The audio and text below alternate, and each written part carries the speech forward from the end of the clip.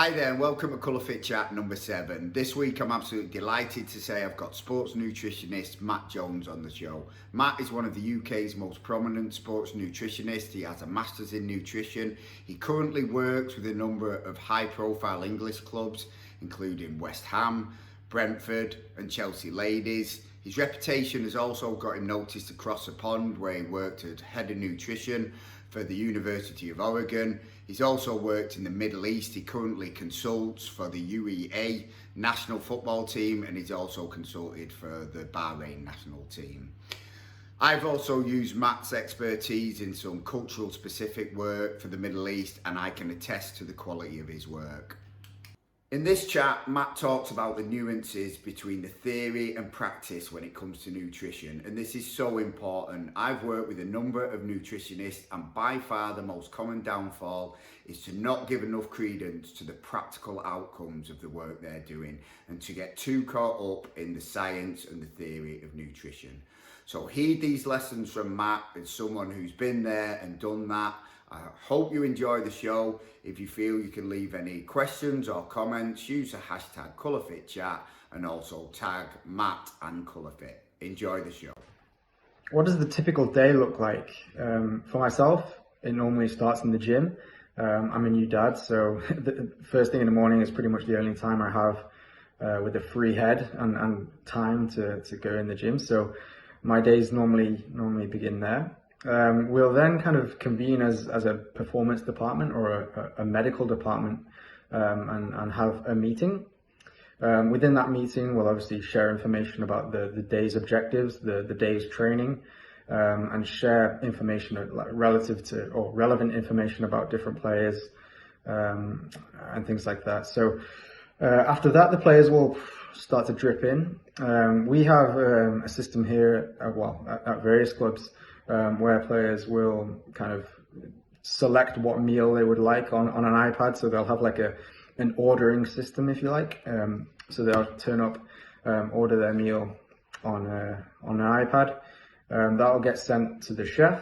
The chef will obviously prepare the food. And during that time, we'll also do some monitoring on the players. So as you're probably aware, players get monitored from all angles nowadays.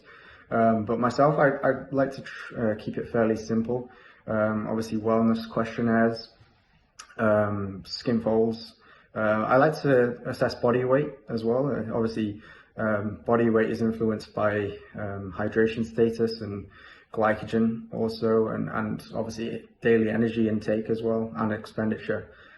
So we assess body weight fairly regularly during the week, but we could also use urinary assessment or hydration tests using urine-specific gravity. And from time to time, we have been known to use saliva as well. So we assess saliva for IgA and cortisol. After that, the players will obviously have breakfast and then go out for training. So I like to have a presence at some training sessions. Just because some of the messages that I provide to players, obviously in relation to fueling on the field and recovery interventions and things like that, it's good if I'm there to kind of reinforce those messages as well at the time or at the specific times during training. So I quite like to have a presence there as well. So after that, the players will come back in. They'll then attend lunch. I don't really like to pester people at lunchtime all that much. I would hope that they're able to kind of make an informed choice based on kind of their requirements and my objectives for them. After lunch, we'll typically have like small informal meetings with players.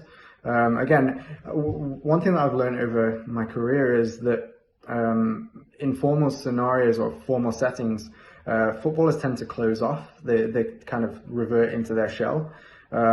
So I like to kind of have more informal conversations with players. I find they're a little bit more open and honest in those environments. If I sat them down in a quiet room, just me and them, it would probably Yeah, I don't think it would work all that well, or at least in my experience. So yeah, and any meeting I have with players, it tends to be fairly informal, and probably, to be honest, the most valuable conversations I have with players is often kind of in passing, in the corridor perhaps, or kind of next to the fridge, or like the random places basically. After lunch, that's generally when we'll have like small group sessions, or the large group education sessions. So we have like a curriculum of education whereby the season begins with like nutrition knowledge questionnaires and things like that, and then we can categorize players based on their nutrition knowledge, and we can then kind of group them into kind of areas of weakness, and the presentations are kind of geared towards that weakness. So we're not necessarily teaching things the players already know, because one thing I learned again in the early stages of my career is in group scenarios you'll get people who you'll get some players who know quite a lot about nutrition, and then you'll get others that really don't know anything. And obviously talking to someone about carbohydrate, if they already know about carbohydrate, is kind of a waste of time, I guess. I'd rather work on their weakness. So finding out what their weakness is with the nutrition knowledge questionnaire is valuable. So yeah, so once so that's the group sessions, and after that we kind of well, the players for one will disappear. I then kind of go through a phase of planning for the following days, evaluating the information that I've collected that day, kind of summarizing everything, and then planning for the next few days. Question number 2, what impact does nutrition have on football performance? That's an interesting question. So I guess in the early part of my career, I was probably guilty of kind of overstating the importance of nutrition, or overstating the impact of nutrition on football performance. I was kind of guilty, fresh out of university, for thinking that obviously nutrition was going to take a player from kind of average to world class. And I probably came back down to earth with a thud. In the early stages of my career, I used to see players almost eating like the perfect pre-game meal and then coming off after like 70 minutes with fatigue. And also there was a game in Brazil. I remember we played it was like a lower league team in a preseason friendly. I was obviously pretty eager to impress. I was diligently planning everything for many days prior to this game. And the opposition, they turned up, they were kind of late, so they didn't really warm up. Apparently they hadn't had a pre-game meal. We'd obviously prepared properly. I planned everything. And we got absolutely destroyed by this team. So I kind of like made me realize, okay, well, nutrition is important, but at the end of the day, technical performance and the best players win football matches. So that kind of made me zoom out a little bit and made me realize, okay, well, nutrition probably has the biggest impact on health. So when we look at kind of nutrition and optimizing nutrition, the overall objective first and foremost is to improve the athlete's health. So just to make them available for more games. And it will also obviously impact longevity, so that the length of a player's career. Obviously, we also know that it has a big impact on recovery. So recovery during games, so between intense bouts, nutrition is likely to have a big impact on that recovery. But then also recovery between games as well. And obviously, we know that nutrition can also impact performance. So we know from years of research the impact of carbohydrate on both endurance performance and then intense repeated activity. And then obviously the brain as well. Carbohydrate is a primary fuel for the brain. So in terms of cognitive performance, decision making and things like that, we know that nutrition can impact that quite considerably as well. As can supplements like caffeine and whatnot. I guess the main impact of nutrition is on the physical performance. But then we know from recent research that nutrition can also impact technical performance in football as well. And that's kind of evident from research from Mark Russell, Dr. Mark Russell, and some of the research out of Liam Harper's group at University of Huddersfield. Some great work there. I guess in the early stages of my career, I was fairly guilty for overstating the importance of nutrition, when the reality is fundamentally it's going to improve the athlete's health, and that's going to allow them to build the foundation for them to perform optimally. Question 3, the biggest career eye-opener. For me, I think in the early stages of my career, the biggest eye-opener was the fact that I almost had to develop 3 different languages. Again, fresh out of university, I think one of my first jobs was actually in the Premier League with Stoke City, which was obviously a phenomenal experience, but I was kind of still learning my trade. I almost kind of went into that job fresh out of writing like scientific papers and the master's thesis and things like that. So I went in there talking like scientific jargon, and thanks to obviously the mentorship of Damien Roden, I learned to speak the language of football. So I quickly realized that to work in football as an applied practitioner, you can't speak in kind of scientific terms, in like use scientific jargon. You have to really speak the language of football. So I guess the biggest eye-opener was the fact that I have to now speak 3 languages. One, obviously the English language with my wife and family and friends. 2, technical scientific language with like medical staff and colleagues and things like that. And 3, the language of football. So the language of football, just as an example, carbohydrate oxidation. So in scientific research, you'll rate carbohydrate oxidation rates. In football language, that's basically translated as carbohydrate burning, or muscle protein synthesis is like muscle building. There's slight changes make a big difference in terms of working with footballers. So that was one huge eye opener, I guess, in the early stages. Another one was having to kind of understand like football banter and how to kind of respond to football banter. So I was an intern at Warrington Wolves when I was probably, 17ish. And I remember I was basically responsible for skin folds. I used to go in skin fold every week. And one day I turned up and the calipers were basically hanging from Lee Breer's private areas. And I turned up and I was like, whoa, what the hell? But yeah, so I guess just being exposed to those kind of banter environments and being able to respond to them, that's really, really important as an applied practitioner. Obviously the memory sticks with you as well, which is kind of depressing.